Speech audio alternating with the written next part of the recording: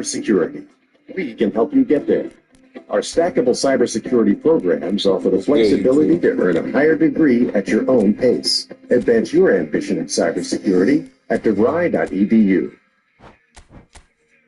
The transfer window hasn't even opened, but already one of the sagas of the summer looks concluded. The future of Jude Bellingham. Amid an unlikely Bundesliga title charge with Borussia Dortmund, it's been reported that the English sensation is on the brink of a blockbuster move to Real Madrid for a fee that could soar over €120 million once negotiations are concluded. The capture of Bellingham would be a major win for Los Blancos, given he is also wanted by Manchester City. If the move happens, the 19-year-old will join Eduardo Camavinga, Aurelien Tchouameni and Federico Valverde as part of a unit midfield destined to replace the Modric and Kroos collaboration that has dominated European football for so long. It's not only in the midfield where Los Merengues have future-proofed. The squad is brimming with elite young talent, ensuring the club's insatiable appetite for silverware will rumble on for another decade at least. But what's interesting about the new Real Madrid is the lack of superstar additions joining in their prime that has defined their success for so long. Instead, the Spanish giants have made a deliberate shift towards youth to build the side going forward.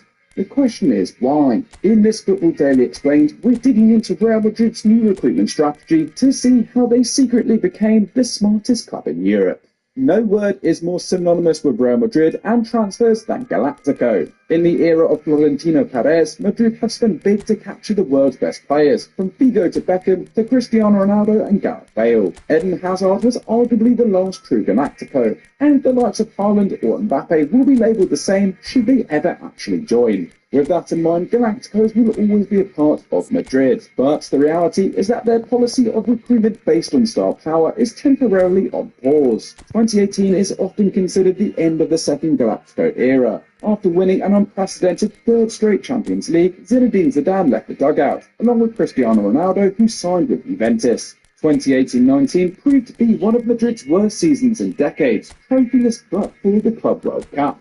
For a fan base so used to silverware, this was alarming. However, the club's business in the summer suggested a new approach was in place that needed time to bear fruit. The unheralded teenage keeper Andre Lunin was signed out of Ukraine for €8.5 million. He was joined by the Spanish under-21 star Alvaro Odriozola, Mariano Diaz, Thibaut Courtois and an 18-year-old Vinicius Jr., signed for nearly €15 million from Flamengo in Brazil. Real Madrid was undergoing a youthful revolution. The following years saw more of the same. A monstrous €355 million was spent on exciting prospects like Eden Militao, Rodrigo, Luka Jovic and Ferland Mendy, coupled with the arrival of Hazard. Since then, they have continued to recruit smartly, from the elite free signings of Alaba and Rudiger in defence to the €110 million investment in the French starlets Camavinga and Tchouameni. Real Madrid's focus on youth has been so explicit. The Football Observatory revealed that they currently have the lowest average age of player recruitment in Europe's Big Five leagues at 22.87 years, ahead of Borussia Mönchengladbach and Borussia Dortmund. At 19, Bellingham will drive that down further, as will the Brazilian sensation Endrick when he joins in 2024, aged 18. He reportedly cost €60 million in what Palmeiras president Leila Pereira labelled the biggest negotiation in the history of Brazilian football.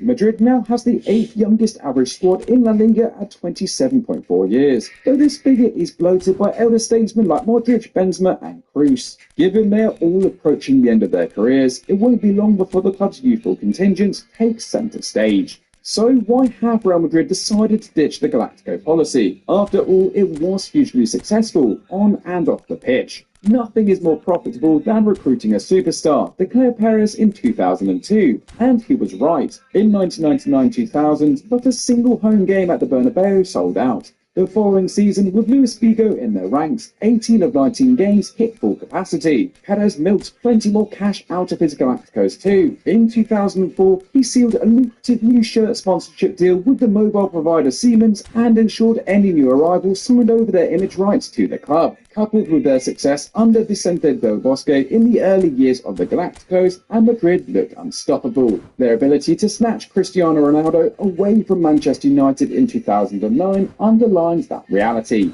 Even today, there are few clubs, if any, that can match Real Madrid for prestige or appeal. According to the Deloitte Money League, the 14 times European champions still has the second highest annual revenue stream of any club, ahead of them are Manchester City, And this is significant as the Sky Blues represents the new threat to the traditional power structures in the game. Petrodollar or state-backed clubs such as City, PSG and now Newcastle are increasingly capable of challenging the member-owned Los Blancos for players and have inflated valuations by paying out extortionate fees. Yay, look at all the Players launched comments, this y'all. match in 2018, describing the market as complicated and irrational, adding the club needed to adapt. Real Madrid would intensely reinforce the process of looking for talented young players. We put high confidence in the young talent who will one day be the best players in the world. The club do have other financial issues to consider, including the impact of the pandemic, plus an €800 million commitment to renovate the Bernabeu.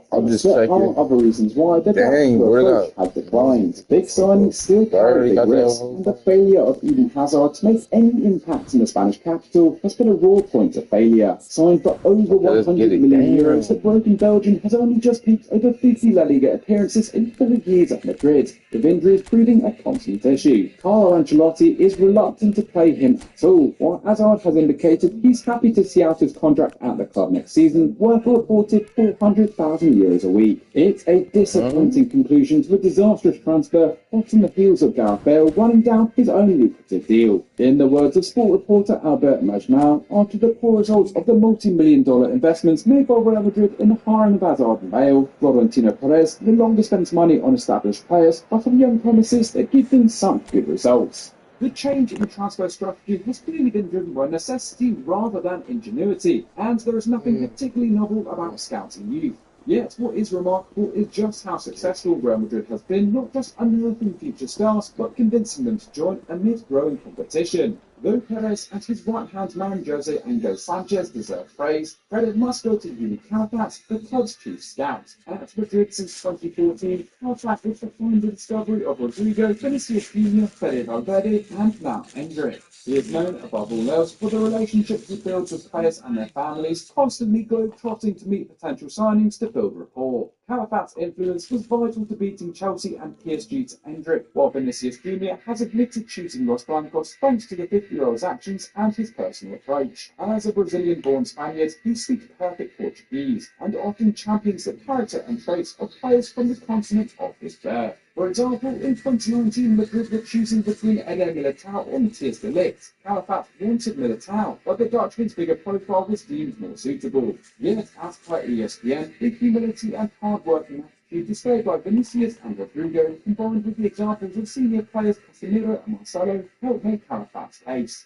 Wages also play a big factor. Young players in South America earn dramatically less than their equivalents in Europe, so can be signed to cheaper initial deals. Just take Vini Jr., who started on a modest €100,000 per week before his recent bump pay rise. It also helps explain why France has been targeted too, the origin of Chouameni, Mendy and Camavinga. According to FBref, aside from PSG, there's only 4 sides from Ligue 1 that feature in Europe's top 50 clubs for annual wages, starting at Marseille at 28 and Nice at 48. Coupled with the fact France consistently produces some of the best footballing talent, targeting Ligue 1's brightest prospects makes perfect sporting and financial sense. Madrid and Calafat don't always get it right. Billions have been wasted on prospects like Luke Jovic or Renier Jesus, but as the team's continued growth demonstrates, the revamped their recruitment strategy has secretly been a huge success. Despite the emerging threats to their domination, they're still winning on the pitch and capable of signing the biggest stars in the game for now and for the future. Jude Bellingham might just be the next big star in Madrid's illustrious history. So that was our explains on whether or not Real Madrid are secretly the smartest club in Europe. But what do you think? Let us know in the comments down below. Madrid fans, we want to hear from you. If you enjoyed this video, smash the like button and subscribe to Football Daily if you haven't already, so you never miss any of our content. We'll see you next time. Bye-bye. Nos dijeron que los deseos no se piden en voz alta. Ya ves, que salir con el pelo mojado te enferma. Leer con poca luz te daña la vista. Y claro, los eléctricos no tienen autonomía, tardan mucho en cargar, no son confiables. No es hora de dejar de creer en viejos mitos. Gana Honda y Ioniq 100% eléctricos. Cuando se trata de romper mitos, pensamos en cada vida. Obvious exceptions to this, but if you look at either Newcastle or Manchester United in the Champions League group stage this season, both sides struggle to dominate possession and control games. Even in their most impressive Champions League performance and result, a 4-1 win at home against PSG, Newcastle only kept 26% possession. That is less than Luton Town kept against Man City in the Premier League this season, as was the 27% that Newcastle had in their 1-1 draw away in Palace. The situation was, if anything, even worse for Manchester United, despite having far more recent pedigree and experience than Newcastle in Europe, who only kept more than 50% possession at home against Copenhagen and Galatasaray out of their 6 group games, and even then, they barely did, with 51 and 55% possession. Away at Galatasaray, United only saw 42% of the ball, and in both games against Bayern, they never got above 40%. It's a similar problem that we have seen at times with the England national team, particularly at major tournaments where the games come thick and fast, and the conditions can be hot and humid, where they begin to lose the midfield battle during the knockout stage. Speaking of games coming thick and fast, it is hard to imagine that the intensity of the Premier League, the number of games in English football, and the strength of the league as a whole doesn't hurt English teams that compete in Europe. I mentioned briefly at the beginning of this video some of the financial disparities between the Premier League and Europe's other leagues, which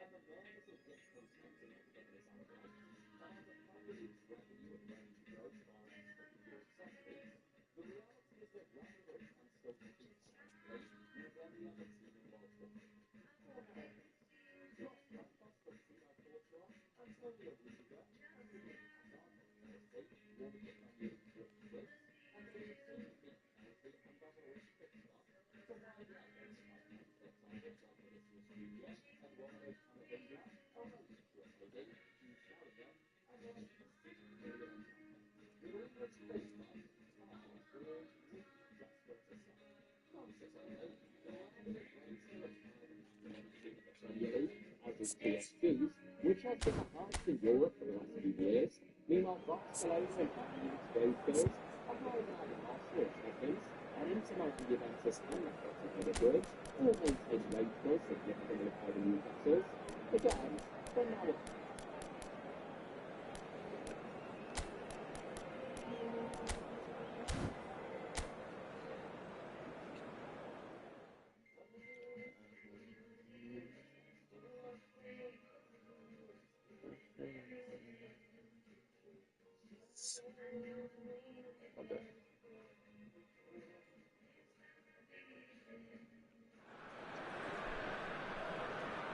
Okay, everyone, get ready. It is time to buckle up for months of uncontrollable chaos, of unmissable drama, full of trauma, full of ecstasy. And as the old song goes, whatever will be at the end of it all. We are very much under starters' orders.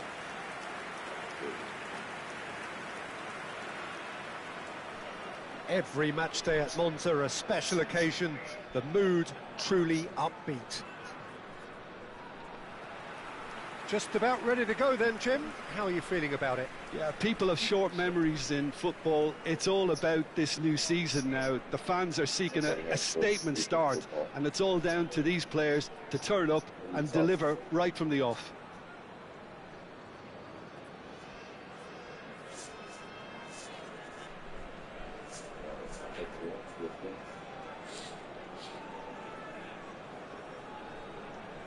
Monza have chosen to line up 5-4-1 here, it seems. Well, it's an attempt, Peter, to put a solid bedrock in place and negotiate the game from there.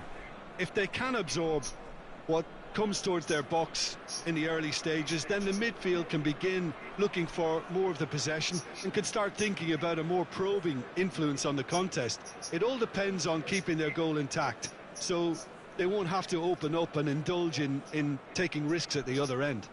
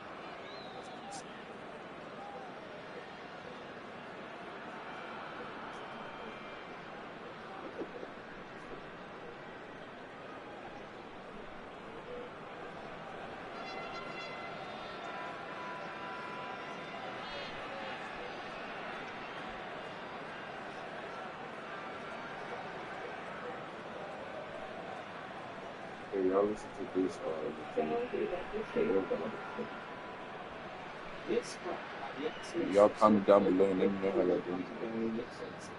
Today's the 10th.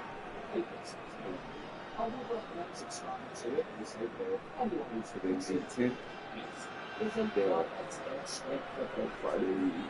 The graph illustrates the distribution of wages in each of Europe's big markets, from the top to the bottom points. As you can see, at the top, both Liga and La Liga are ahead of the Premier League, and now the Serie A and the Bundesliga are all that far behind. As soon as you go past the first 2, 3, or in Liga categories, your team will drop off is starting. The wages of the third highest spending team in the Liga is already low than that of all the bottom 3 in the Premier League. Our mid-table club in England's top flight pays their players at least twice as much as a mid-table club in any other league. Illustration of what I'm talking about. The graph illustrates the distribution of wages in each of Europe's big 5 leagues, from the top to the bottom place. As you can see, at the top, both Liga and La Liga are ahead of the Premier League, and now the Serie A or the Bundesliga are all that far behind. As soon as you go past the first 2, 3, or in Liga case at least, 1 team, the drop-off is starting. The wages at the third highest spending team in Ligue 1 is already lower than that of all but the bottom 3 in the Premier League. A mid-table club in England's top flight pays their players at least twice as much as a mid-table club in any other league. It is probably for this reason that we see English teams performing especially well in recent editions of the Europa League, UEFA Conference League, since the disparities there between Premier League clubs and their competition is far greater than it is between Premier League clubs and Europe's uber elite in the Champions League.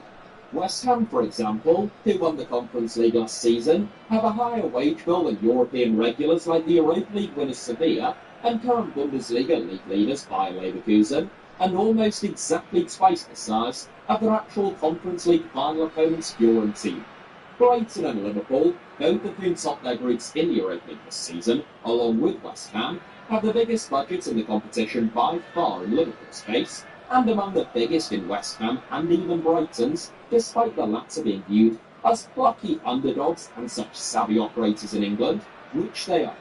Though Brighton have a bottom half wage bill in the Premier League, emphasising just how well they did to finish 6th last season, and to currently sit in 7th, their wage bill is actually the same size as the second highest spending club in France, namely their Europa League group stage opponents Marseille, and higher than the likes of Villarreal, Eintracht Frankfurt, and even last season's Serie A title winners Napoli. Aston Villa, England's sole representative in this season's Conference League, keeping the claret and blue flame firmly alive, may be punching above their weight to be fourth in the Premier League this season, but in the Conference League, they are in a world of their own. Only Eintracht Frankfurt and the 2 Turkish giants have budgets which can compete with theirs, and most Conference League teams have wage bills that would look low in the Championship, the second tier of English football, let alone in the Premier League.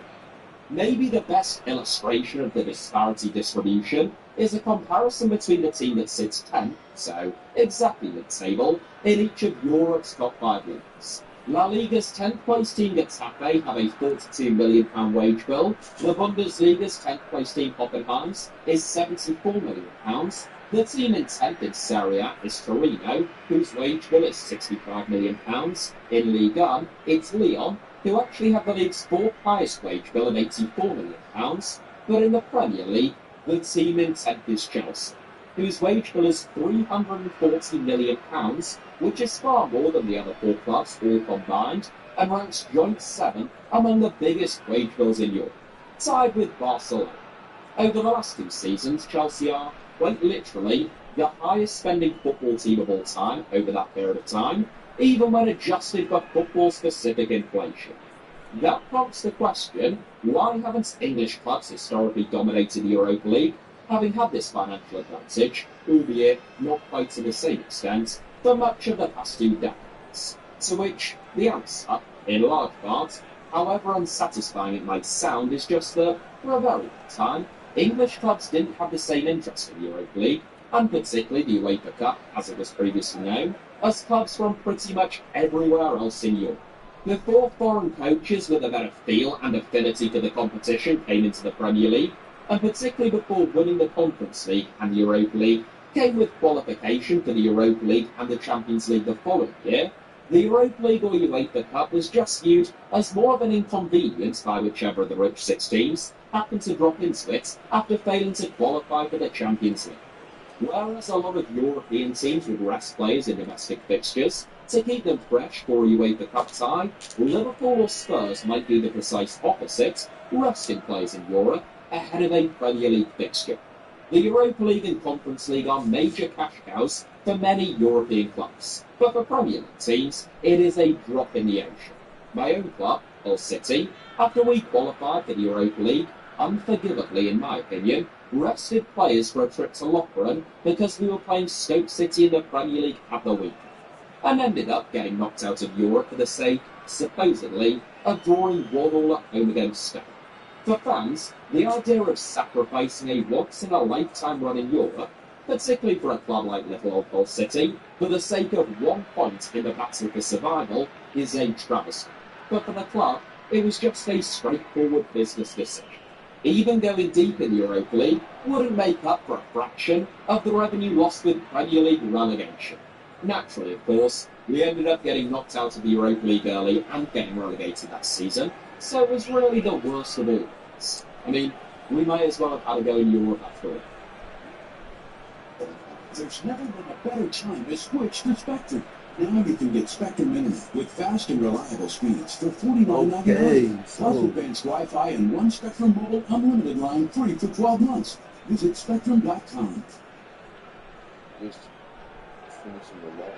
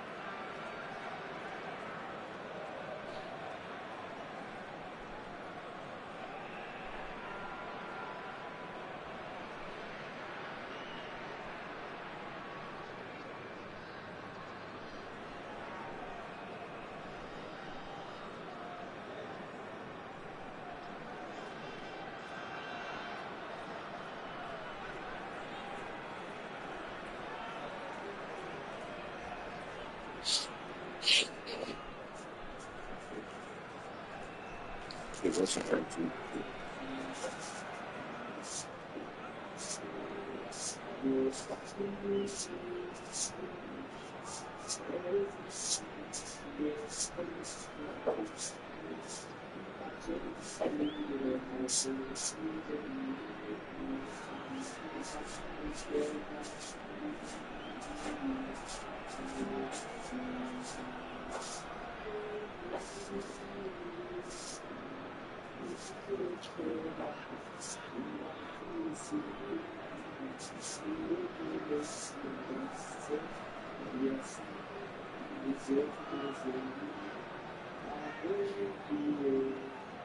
That's Cristiano.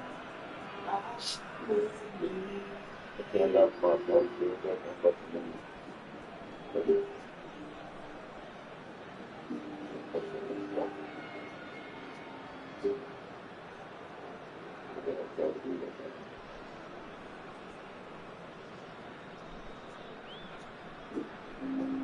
I'm down below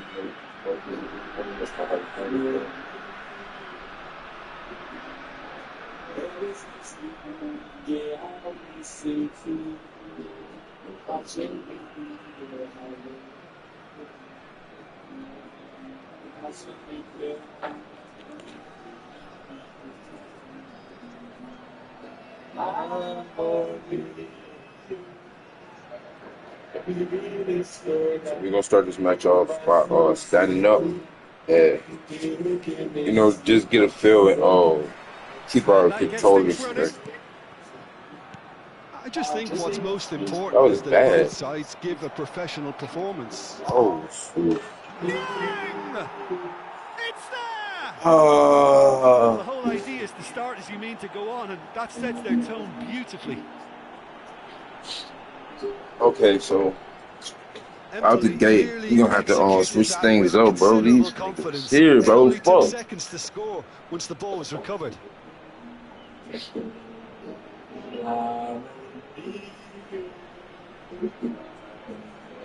This little motherfucker, Yang.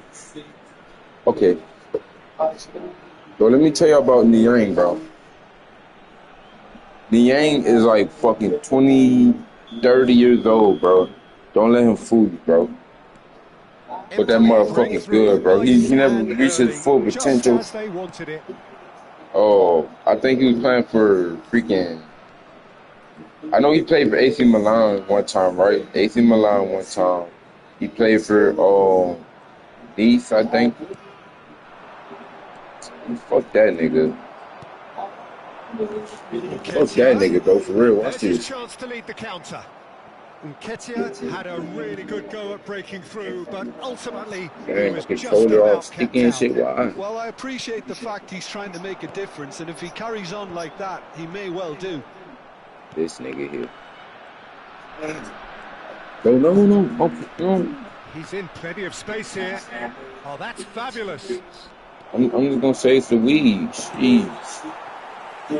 Ooh, good pass. Oh, good dribble. Oh. Defense so able to just the keeper to beat. Shot a goal. That is decidedly lacking. Spirited to say the least. Certainly gave this crowd something to really cheer about.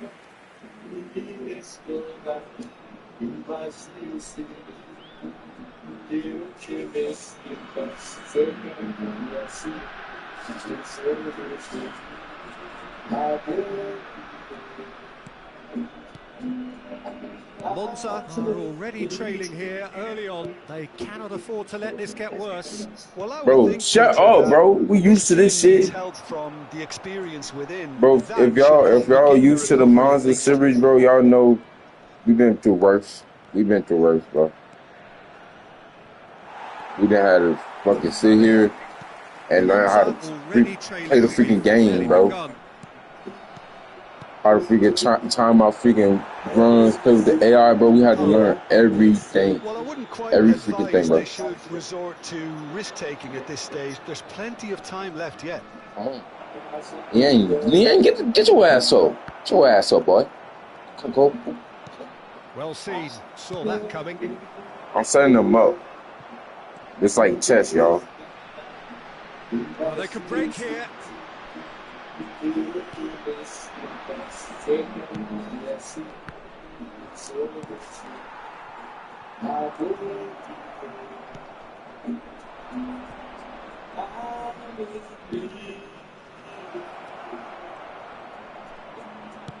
Into the box. And it's hoisted clear. Oh, that's terrible. Huh. I just needed him right there, bro. What the fuck? Hit into the middle. Oh, important interception. Yeah, they were looking for a counter-attack. That was going to be a good pass. Ooh, can he get onto this? And that's how you press, boys. Most necessary. For a moment, you felt that was going somewhere, but they'll have to go again. Bro, what are y'all doing? They look confused out here, right? Shot could decent hit. He has done it. And with that goal comes comfort. Executive decision. We're going to play fucking online matches until the Wi-Fi fall off. Fuck y'all thought.